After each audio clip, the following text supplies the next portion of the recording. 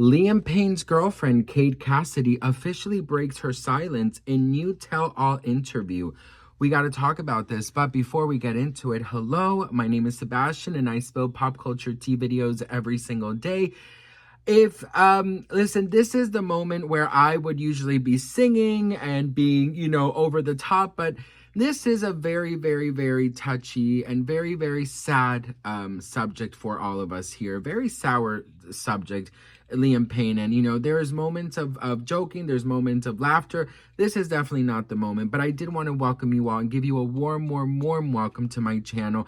If you are new, I am your messy best friend, and I spill pop culture tea. I do 5 videos a day, and we film here in my closet because it's my safe place, and I would love it if you guys joined our community. I have been, of course, covering Liam Payne's passing for almost now 4 months. We did a wonderful, beautiful toy drive for Christmas in his name. I was so grateful enough to have been able to donate from you guys 400 gifts to 400 very deserving families. So I'm so grateful and thankful. Liam Payne's passing has been one of the most shocking things. It still feels very surreal. And when I saw this morning that Cassidy has an interview coming out, I immediately got goosebumps. I immediately got chills because you don't know what you're going to hear, right? Like it's already tough enough that, it's sad enough that there's still no justice for Liam. And now she's speaking. So listen, the interview is behind a paywall. I, of course, watched the interview. I took notes for you guys. So let's just jump into it. Cassidy definitely was not afraid to speak her mind. This is part 1 of the interview. Part 2 will be airing tomorrow. All right, Liam Payne's girlfriend, Cassidy, officially broke her silence in her first interview with The Sun. I do have to say that it is behind a paywall, of course, so you do have to pay. But I saw the interview and I took notes, part 1 of the interview, because tomorrow, part 2 will be up. So this is, first of all, very, very heartbreaking. She seems very, very numb. There's really no expression in her face. I don't want to allude to anything, but I'm pretty sure she has to be on some kind of anti-anxiety meds. I know what it's like. I sometimes have to take Xanax, and sometimes you're just very numb. So that's number 1. They talk about everything. She says that the reason she left Argentina was because they do share a dog and that they had responsibilities. This was not the first time that they traveled separately. She said that she never imagined that this would happen. She never thought that he would die young. She envisioned a whole life with him. In fact, they had talked weeks before about all of their lives. They sat outside and manifested everything in their lives. She also talks about how his substance abuse was very, very out of the blue for her. Basically, when you are addicted, it comes in waves, and that she stood by him through it all. She also talks about how she received the phone call. She says that she was home alone with her dog, and she was scrolling on TikTok, which just breaks my heart. And then right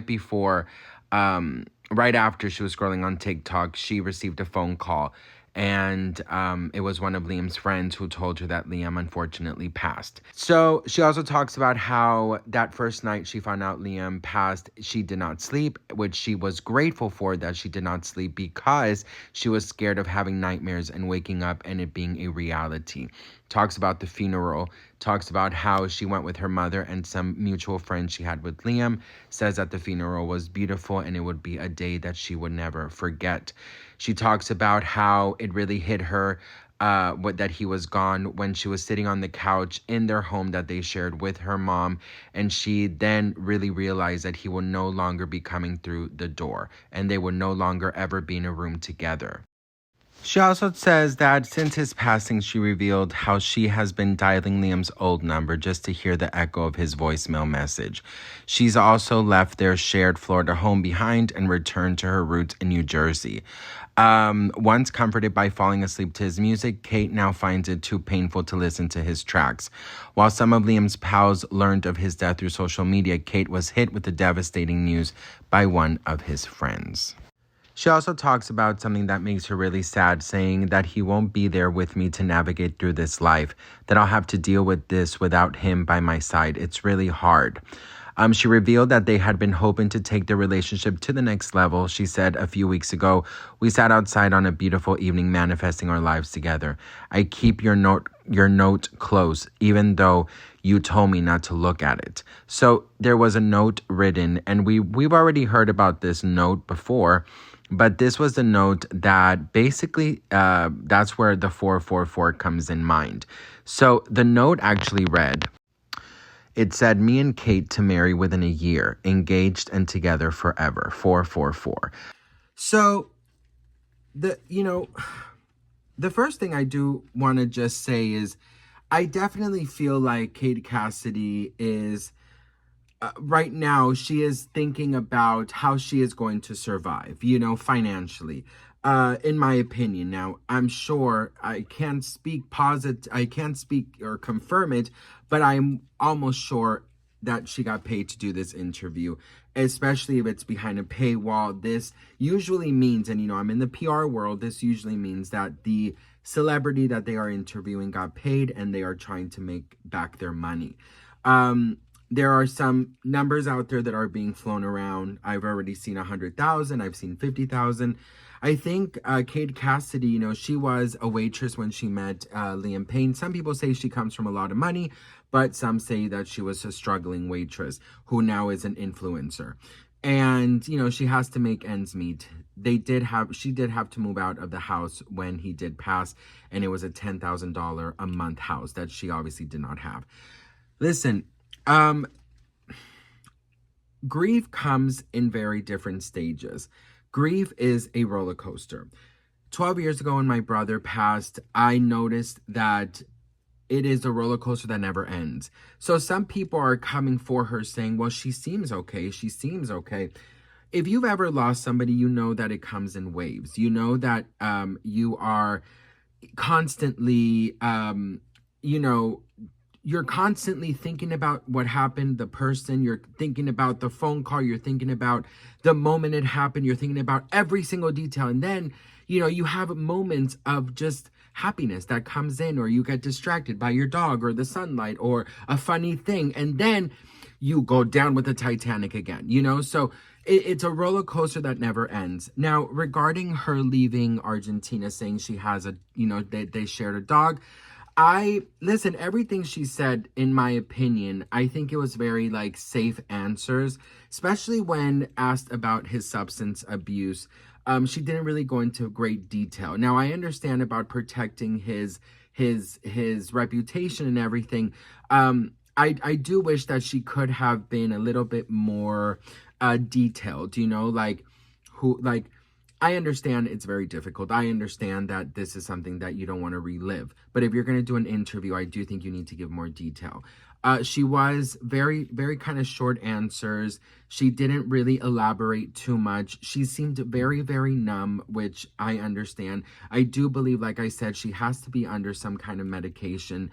I also sometimes take anti-anxiety meds, and they do kind of numb you to the point where you're just sort of like a robot, if you will. Other than that, part 2 is coming out tomorrow. Part 2 is about how she has had her relationship with One Direction fans. So that should be very interesting. Some people are saying that, she shouldn't be doing interviews. I think this interview, she didn't do anything negative towards Liam. I don't think she said anything bad. I do wish that she would have gotten more into the legal matter of it. I do wish that she would have been a little bit more frustrated, or not a little bit. I wish that she would have been frustrated, pissed the fuck off, like all of us who still want justice for Liam and who believe that he deserved justice for Liam and his family as well. I would have loved for her to go into detail about the family and her relationship, what's going to happen next, things like that. And part 2 is coming out tomorrow. It's about the fans, so I'll keep you guys updated on that. But other than that, I don't think it was such a terrible interview. I do hope that as the interview, I don't know how many parts it is, but I do hope as it continues, we do hear a little bit more about the legal aspect of it. So stay tuned. I'm sure there's going to be a lot more, but that's just sort of like the quick recap on the interview. So what do we think? Let me know in the comments.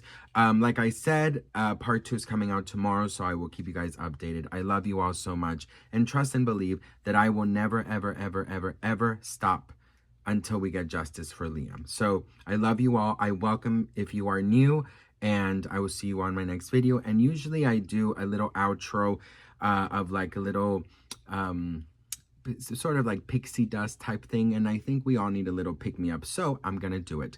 Beedity bobbity boom. Boom. Girl, it's not working. Beedity bobbity boom. Bitch, beedity bobbity boom. Ooh, girl, beedity bobbity boom. Oh, you want to make me look bad, huh? He wants to make me look bad. Beedity bobbity boom. Beedity bobbity boom. Girl, boom. Bitch, beedity bobbity boom.